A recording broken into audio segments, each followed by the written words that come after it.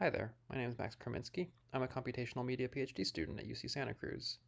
I'm going to open this talk with a potentially controversial statement, namely that making digital games is actually kind of hard. And I think there's two key reasons for this. Number one, from the perspective of the MDA framework, designers and players actually perceive games really differently.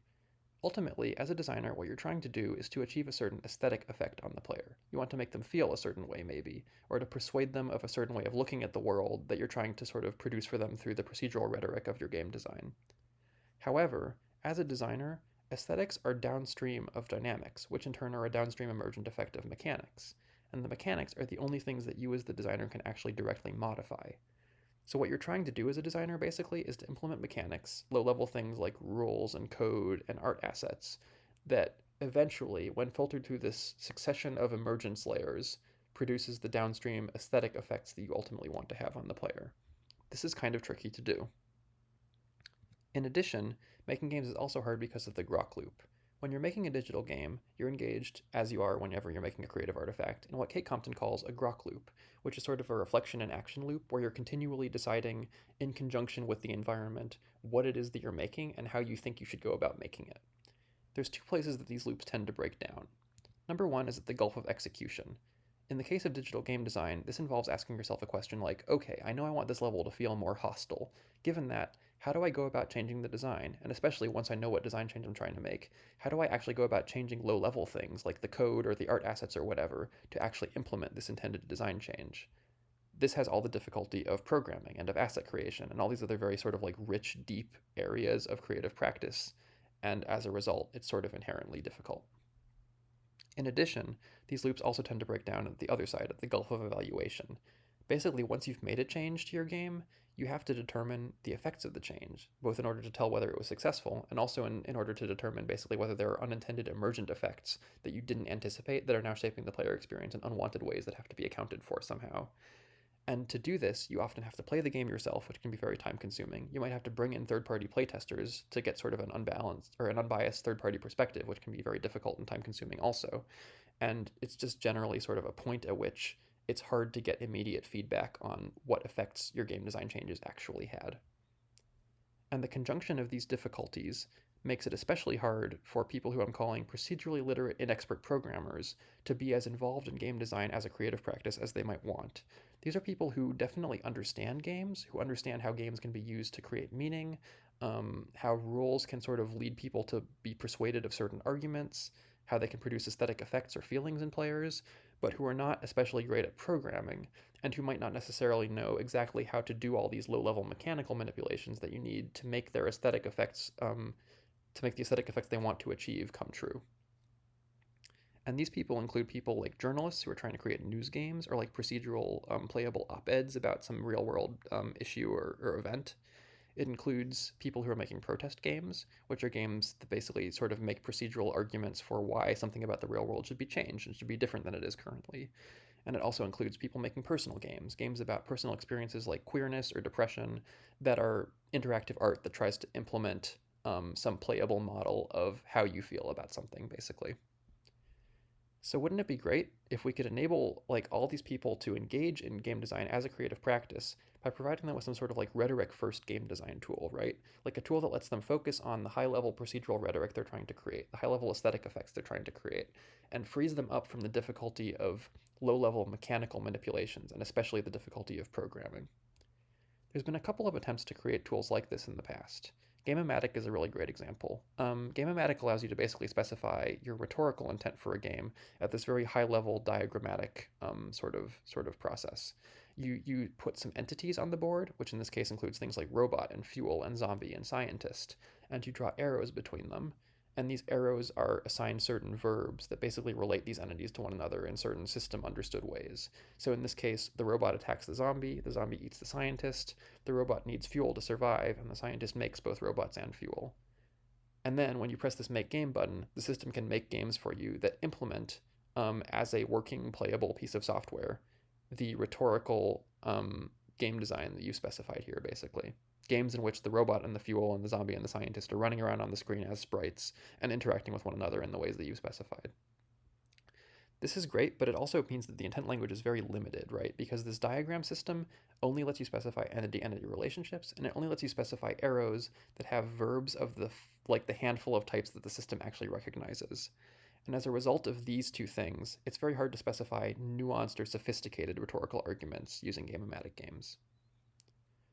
So that's where Gemini comes in. Gemini is another system that basically attempts to address some of these problems with gamematic by letting you specify your rhetorical intent instead as an answer set program that just specifies a whole bunch of additional constraints on a massive generative space of games that are defined by the Cygnus game description language.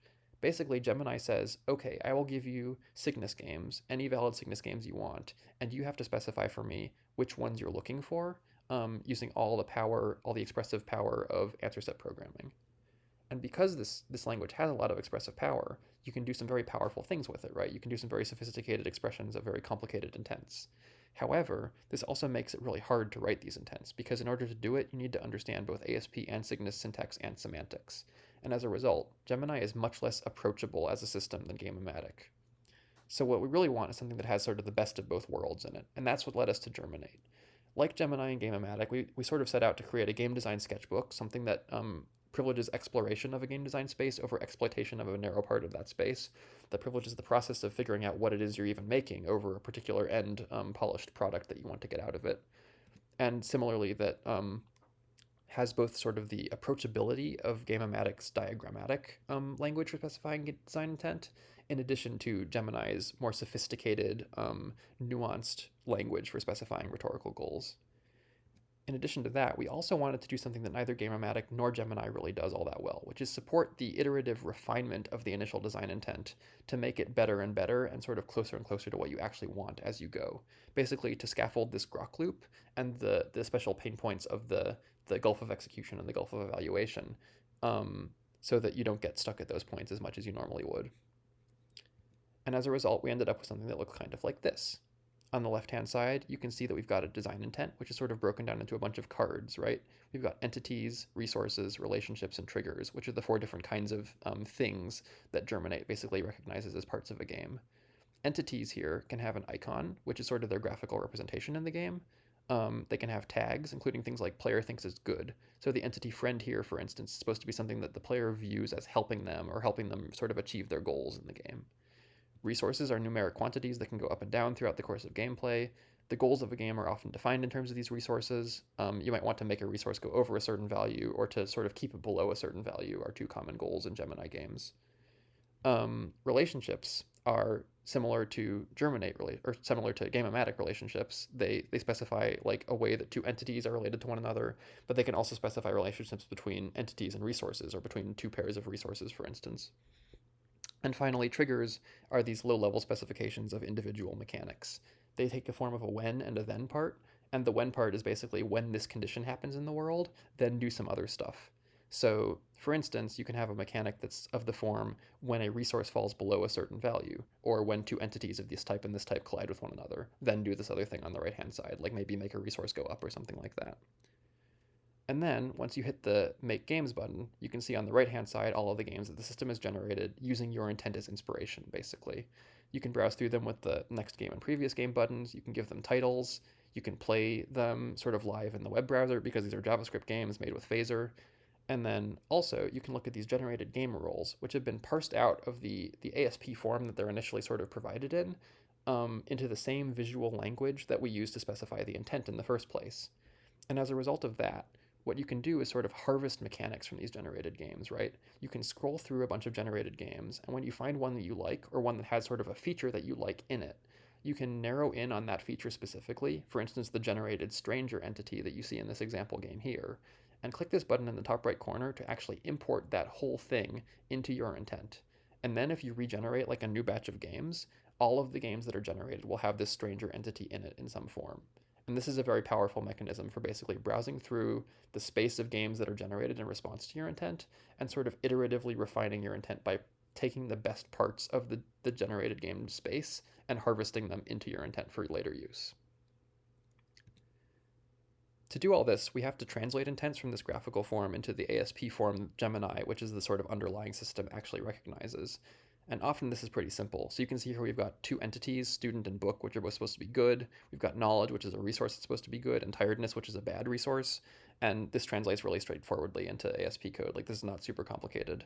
But then if you have a more complicated intent, it might take some more work to do this. So for instance, at the bottom here, we've got a negated trigger, which is basically saying, make sure that we do not generate any games where clicking on the student entity directly increases the value of the knowledge resource. And that produces a kind of gnarly looking constraint on the right hand side in the actual ASP that's generated. We also have to translate the ASP that the system generates for us as the rules of the generated games back into these cards so the system can display them to the player in this visual form. To evaluate Germinate, we performed this really preliminary process of basically testing it with 4 game generation researchers who hadn't used Gemini before.